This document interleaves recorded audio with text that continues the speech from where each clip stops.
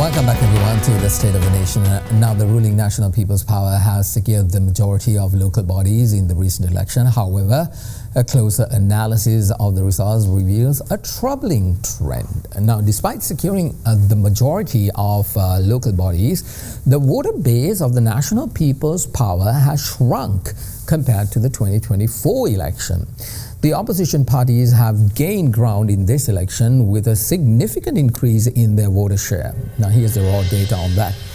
In this recently concluded local government election, even from the voter turnout perspective, it was at 61.88%, down at a staggering 18.6% from the last election in 2024. The NPP lost over 2.3 million votes within a span of 7 months when comparing the 2024 parliamentary election and the 2025 local government elections. Now, despite NPP securing the victory of 265 local bodies, which surpasses the 2018 SLPP record, securing power in 139 bodies seems to be questionable for the NPP, meaning that the collective opposition's member tally is higher than the NPP's member tally in those local bodies. So they really have only won, if you really analyze it, as a standalone party in 126 bodies. While the ruling NPP loses voter share, every other party in the opposition has managed to strengthen theirs.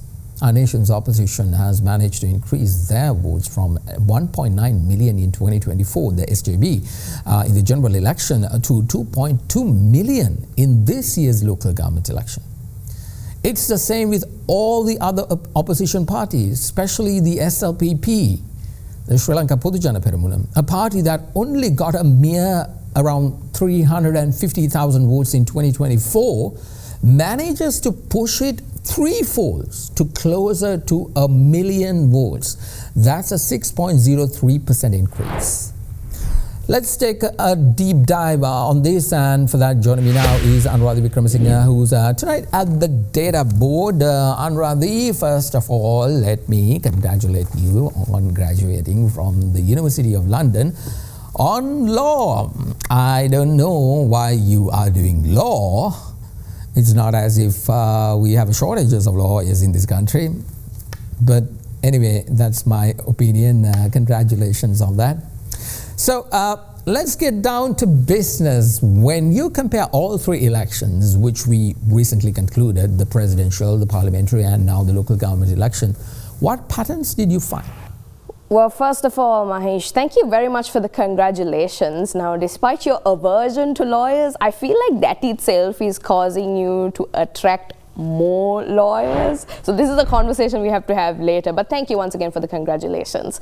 Moving right down to business, Mahieash, when comparing the three elections that we've had so far, there is a bit of a concerning trend when it comes to the NPP and its position of power in the country. If you could take a look at last year's presidential elections, you would have noticed that there is a lot of tumultuous times relating to President Anurakumara Dissanayaka's election. Specifically, he was considered a president elected upon technicality. The first round garnered him 42.31% votes, and then we saw in the second round he actually garnered 55.89%, giving him that majority, but still he was considered a president on technicality due to the fact that he required more than one round to secure his majority. Now, this entire technicality debate a few months down the line following the election was nowhere to be seen, because in the general elections we would have seen a massive mandate that had been handed, the likes of which we haven't seen since President Gotabaya Rajapaksa's administration, having garnered 61.56% votes. 6.8 million people, close to the 6.9 that we saw back in Gotabaya Rajapaksa's regime, actually got together across the country and united the country in a sea of pink to actually put the NPP in power. 159 seats, which is higher than President Gotabaya Rajapaksa's regime as well, administration as well. So we saw that the opposition actually lost throughout the board, across the board, and the NPP seemed to finally, by extension, accept Anurakumara Dissanayaka as the president and the NPP as their government. Fast forward a few months and the story is completely different. The script has completely been flipped, because right now that 6.8 8 million people, they're nowhere to be seen. It's now 4.5 million people that have stuck around, 43.37% of the final polls that have been handed over to the NPP. And this entire conversation about the entire country being united in order to elect this specific party and elect this specific government is not the case anymore, because the North was completely swept up by the ITAC party and was lost from the NPP's hands. And overall, we saw a complete increase of numbers across the opposition as well. And parties like the UNP, which we thought were dead and gone in the political landscape,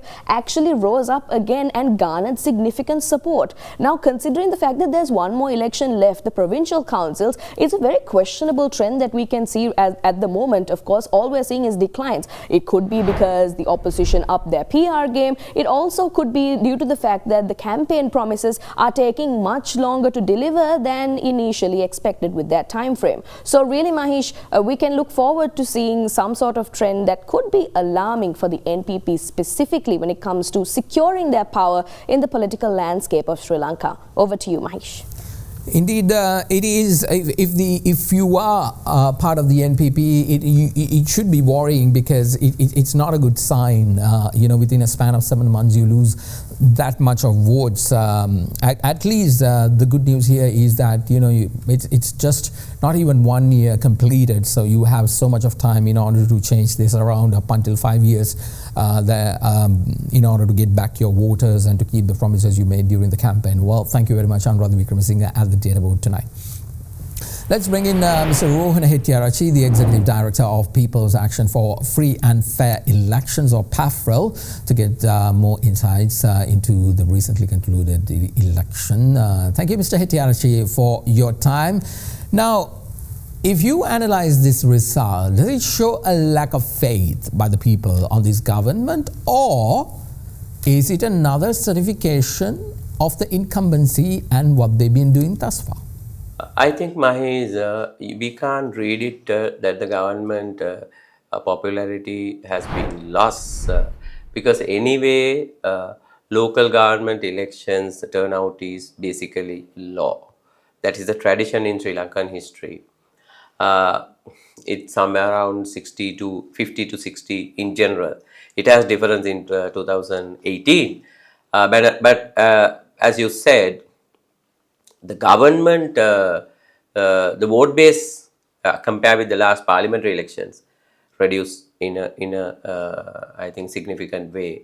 So that is in a way it's a signal also, but mainly this is the local elections, which has a lot of local candidate, which has link up with the community.